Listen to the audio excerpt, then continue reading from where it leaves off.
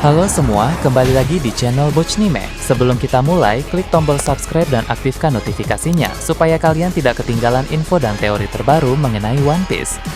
Sekarang lanjut ke pembahasan. Kali ini Mimin Bochnime melanjutkan scene selanjutnya. Oh ya, sebelum biar terus bisa berinteraksi dengan kalian, subscribe di channel ini ya, dan bantu ramain video Mimin juga. Oke, yuk kita bikin One Piece makin rame lagi. Scenes kembali memperlihatkan kembali keadaan Pulau Hachinosu di area tempat Ben Beckman sedang berada saat ini. Sebagaimana Mimin bahas pada video sebelumnya, di sana datang beberapa aliansi baru Kurohige dengan kekuatan yang tidak bisa diremehkan. Sebab salah satu dari mereka adalah seorang bajak laut era lama yang dulu pernah menjadi rival dari Wang Shi. Ben pun tidak membiarkannya begitu saja, sehingga dia memutuskan untuk bertarung melawan orang itu. Bahkan bukan hanya dihadapi Wang Shi seorang diri, melainkan ada pula para kru dan rekan-rekan aliansi lainnya yang harus Ben Beckman hadapi sekaligus untuk bertarung melawan banyak orang di sana. Ben Beckman memasuki mode 3 haki tingkat tinggi, seperti teknik milik Shanks. Tapi skala hakinya tentu masih di bawah Shanks. Dalam mode tersebut, ketiga haki aktif secara bersamaan, sehingga efektif untuk dipakai dalam menyerang, bertahan, maupun menghindar. Pertarungan pun berlangsung dengan cukup seru. Ben berhasil mengalahkan sebagian besar dari para kru rival Wang Shi dan aliansi mereka di sana dengan relatif cepat. Namun, rival Wang Shi dan beberapa orang kuat lain di sana masih mampu bertahan sehingga pertempuran pun masih terus berlanjut. Rival dari Wang Shi ini memiliki kekuatan fisik yang sangat besar dan dia juga ahli dalam menggunakan Busoshoku Haki tingkat tinggi. Dia bisa bertarung dengan baik dalam jarak dekat memakai teknik bela diri dan haki miliknya. Nah, lalu dia juga mampu bertarung efektif dari jarak jauh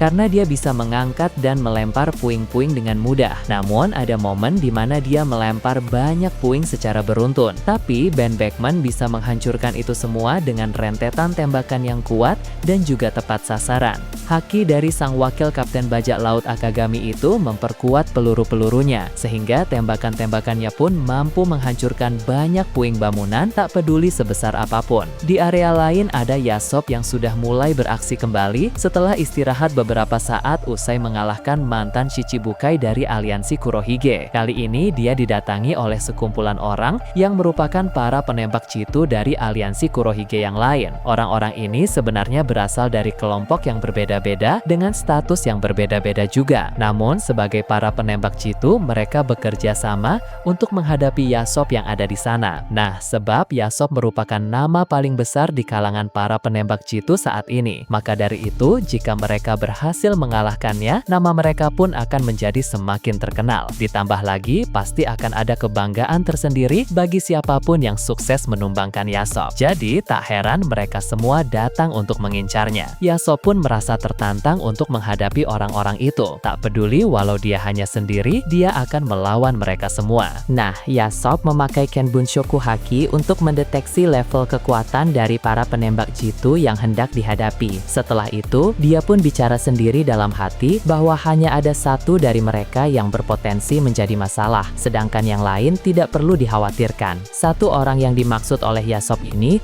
merupakan kapten dari kelompok bajak laut yang terbilang masih baru. Meski begitu, tampaknya dia memiliki kemampuan yang tidak bisa diremehkan. Jadi, yang kuat dari para aliansi Kurohige bukan hanya para bajak laut legendaris atau para bajak laut senior saja, melainkan ada pula beberapa pendatang baru yang terbilang cukup hebat, seperti penembak jitu yang akan dihadapi oleh Yasop ini. Di area Pulau Hachinosu yang berbeda, ada Shanks yang beberapa waktu lalu sempat terlempar karena dia mencoba menghentikan jurus kuat Kurohige. Jurus itu memang berhasil digagalkan oleh Shanks, tapi ternyata tidak 100%, sehingga masih ada dampak 10-20% yang terlepas dari serangan itu, dan membuat Shanks terhempas dengan cukup jauh. Tapi di sisi lain, Kurohige juga terpental akibat serangan dari Shanks. Mereka berdua terlempar ke dua sisi yang berbeda, namun sama-sama masih dalam keadaan siap tempur. Tanpa berlama-lama, Shanks bergerak untuk menuju ke tempat di mana Kurohige berada. Dalam perjalanan, ada beberapa musuh yang mencoba untuk menghalangi baik dari aliansi Kurohige maupun para kru Kurohige. Tapi si rambut merah itu bisa mengalahkan mereka dengan mudah dan terus melanjutkan perjalanan. Di sisi lain, Kurohige yang tadi terhempas berada di area yang sama dengan Shiryu dan Dokyu. Di sana Dokyu memberi Kurohige obat penambah energi. Begitu pula dengan Shiryu yang diberikan obat yang sama. Dokyu sendiri sebenarnya memiliki ramuan penambah stamina dan peningkat kekuatan yang cukup ajaib, tapi mereka tidak mau meminum itu karena ada efek samping yang serius. Jadi lebih baik meminum obat menambah energi biasa saja, karena walau khasiatnya tidak seberapa, tapi tidak ada efek samping yang berbahaya. Beberapa saat kemudian, Kurohige bisa merasakan dengan Kenbunshoku hakinya bahwa Sheng sedang datang mendekat. Kurohige ini memang tidak terlalu dominan dalam haki, karena dia terlalu fokus pada penggunaan kekuatan iblis, tapi dia tetap memiliki haki dan bisa memakainya dengan cukup baik. Jadi tak heran dia mendeteksi kedatangan dari Shanks meski cukup jauh. Setelah itu bergerak juga, sehingga dia langsung bertemu dengan si rambut merah itu. Mereka berdua langsung beradu serangan, di mana Shanks memakai teknik tebasan berlapis haki dan Kurohige memakai tinju gempa dari Gura-Gura Nomi. Kemudian pertarungan pun terus berlanjut dengan sengit. Mereka berdua juga berbincang lagi di sela-sela pertarungan itu. Kurohige bilang dia tidak akan membiarkan siapapun menghalangi rencana besarnya untuk menguasai dunia. Nah, Sheng selalu berkata, jadi keinginan utama Kurohige adalah menjadi raja dunia, bukan sekedar menjadi raja bajak laut saja. Kurohige tertawa dan menjawab, raja bajak laut hanya salah satu langkah saja untuk mewujudkan rencananya itu. Kurohige sejatinya mengincar posisi tertinggi untuk berkuasa. Shanks menanggapi itu dengan bilang, dia menduga keinginan Kurohige untuk menjadi raja dunia bukan sekedar hasrat yang diwariskan dari Rocks DCB saja, melainkan lebih jauh lagi. Kurohige menatap serius ke arah Shanks dan berkata, rupanya Shanks juga tahu cerita tentang Davy Jones, si raja dunia pada masa lalu. Seperti yang pernah dikatakan oleh Rocks DCB dalam kilas balik God Valley, menurutnya Davy D. Jones adalah raja dunia yang sesungguhnya.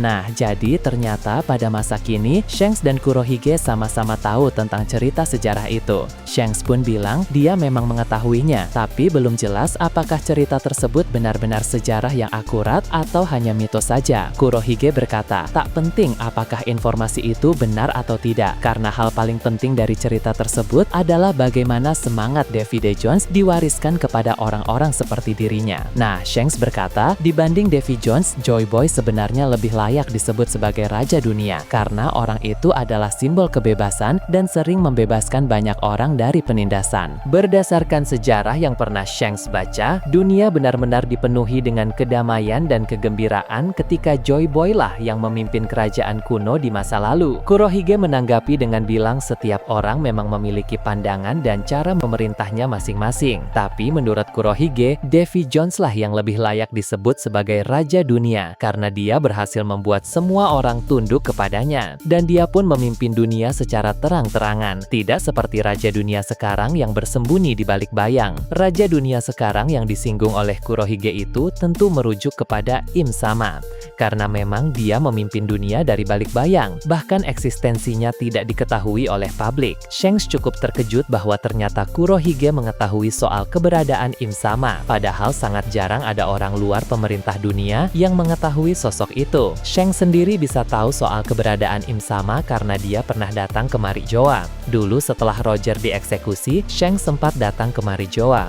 Dia datang ke sana hanya sekedar penasaran saja seperti apa ayahnya dan seperti apa saudara kembarnya. Namun karena Shanks tidak cocok dengan kehidupan Tenryubito, dia pun memutuskan untuk pergi dari Marijoa dan hidup sebagai bajak laut. Garling selaku ayahnya mengizinkan Shanks pergi karena itu adalah pilihan hidup anaknya sendiri. Namun sebelum pergi, Shanks sempat bertemu dengan Im Sama. Bahkan Shanks pun mendapat simbol keturunan juga di tangan kirinya. Nah, namun kini tangan kiri Shanks sudah putus sehingga dia sudah terlepas sepenuhnya dari lingkaran pemerintah dunia. Shanks cukup takjub karena Kurohige yang merupakan orang luar pemerintah dunia bisa mengetahui soal Im Sama. Kurohige bilang dia tahu banyak hal soal sejarah dan kebenaran dunia karena hobinya memang adalah meneliti sejarah. Selain itu, Kurohige juga memiliki semacam jiwa lain dalam dirinya. Shanks berkata, itu pasti adalah jiwa Rocks DCB. Namun Kurohige bilang, bukan hanya Rocks DCB saja, tapi juga jiwa Davy D. Jones. Struktur tubuh Kurohige memang sangat misterius, sehingga banyak misteri juga yang ada dalam dirinya. Shanks pun bicara dalam hati, rupanya bukan hanya Joy Boy saja yang memiliki penerus di masa sekarang ini, tapi juga ada penerus Davy Jones. Beralih ke tempat lain, kantor koran World Economic milik Morgans telah mengudara lagi akan diperlihatkan di sana. Seperti biasa, Morgans mulai menerima informasi-informasi baru, baik dari kalangan jurnalis maupun dari para informan. Di antara informan-informan tersebut,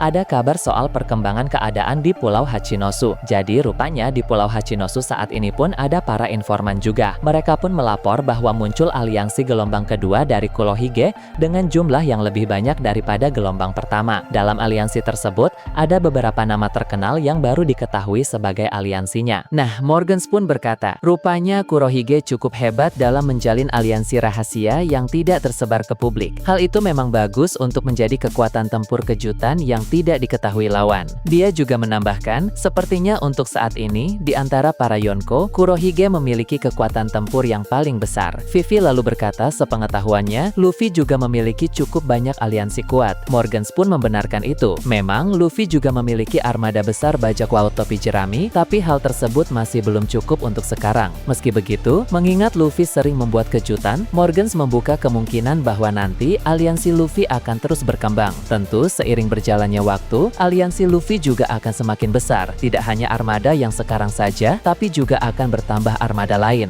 Sebenarnya para samurai Wano juga sudah menjadi aliansi Luffy. Hanya saja, karena Wano masih menjadi negeri yang tertutup, maka informasinya belum sampai keluar, sehingga Morgans pun belum bisa mengetahuinya. Nah, setelah nanti Luffy menyelamatkan Pulau Elbaf dari kekacauan yang diakibatkan oleh pihak pemerintah dunia, maka armada Luffy pun akan semakin besar lagi, karena para raksasa Elbaf akan menjadi aliansinya. Tentu, kekuatan tempur para raksasa akan membuat armada Luffy menjadi semakin kuat, bahkan yang terkuat di antara para Yonko lain. Sebenarnya, Shanks juga berhubungan baik dengan para raksasa Elbaf, namun itu bukan ikatan aliansi, melainkan hanya sebatas hubungan pertemanan saja. Itu karena dulu Shanks memang pernah mengalahkan Loki dan membawa pulang raksasa itu untuk dirantai di bawah pohon Adam Elbaf. Shanks sendiri paham bahwa kekuatan tempur Elbaf memang ditakdirkan untuk Luffy, sang pemilik kekuatan Nika. Jadi Elbaf itu sudah dipersiapkan untuk menjadi aliansi Luffy. Berpindah ke tempat lain, Pulau Elbaf juga akan diperlihatkan. Cabang unik di mana Zoro dan Sanji sedang bertarung melawan para monster mimpi buruk akan mendapat sorotan. Di sana Zoro mulai memadukan kekuatan kutukan dari pedang Sandai Kitetsu dengan kekuatan haki. Namun dia masih belum optimal dalam melakukan hal tersebut, sehingga Zoro terus-menerus mencoba. Jika Zoro sudah mampu untuk menggabungkan kekuatan kutukan dan juga haki, maka kekuatannya itu akan menjadi semakin meningkat. Lalu ada pula Sanji yang mencoba jurus barunya. Dia memasuki mode Ifrit Jambe dan melontarkan tendangan api dari jarak jauh. Jadi api dari tendangan Sanji cukup besar, sehingga bisa diarahkan kepada musuh tanpa ditendang secara langsung. Tapi Sanji juga belum bisa memakai teknik itu dengan optimal, sehingga dia harus mencoba untuk melatihnya lagi dengan memanfaatkan para monster mimpi buruk di sana sebagai objek latihan. Jurus baru Sanji yang melontarkan api di kakinya dari jarak jauh benar-benar sangat menarik, karena biasanya semua serangan Sanji itu memiliki jangkauan yang dekat. Untuk Zoro, dia sudah memiliki banyak serangan dari berbagai jarak. Dia bisa menebas dari jarak dekat dan juga bisa melancarkan tebasan dari jarak jauh. Nah, untuk Sanji, sebelumnya dia hanya bisa menendang dari jarak dekat saja. Nah, kini akhirnya dia bisa melontarkan api biru di kakinya dari jarak jauh. Kemudian terakhir, cerita berpindah ke Wano Kuni. Sebagaimana Mimin bahas pada video sebelumnya, di sana Momonosuke, Sukiyaki, Sarung Pedang Merah, dan Yamato sedang mengadakan rapat. Bahkan ada pula Ulti dan Page One yang ikut bersama dengan Yamato, karena mereka berdua sudah berada di pihak Wano seperti dalam cerita di cover story. Ketika rapat berlangsung, ada laporan bahwa para bajak laut yang dulu beraliansi dengan Kaido, tapi tidak ikut bertempur dalam perang Wano sedang memasuki negeri Wano sekarang ini. Momonosuke dan kawan-kawan pun tidak tinggal diam, sehingga mereka langsung segera bergegas. Mereka sudah mulai bergerak untuk menyambut kedatangan dari para musuh tersebut. Momonosuke bilang dia akan memperlihatkan hasil latihannya. Walau latihannya itu masih terbilang sangat singkat, tapi Momonosuke yakin dia sudah mengalami peningkatan kekuatan, khususnya dalam penggunaan kekuatan buah iblis naga miliknya. Sementara mereka dalam perjalanan,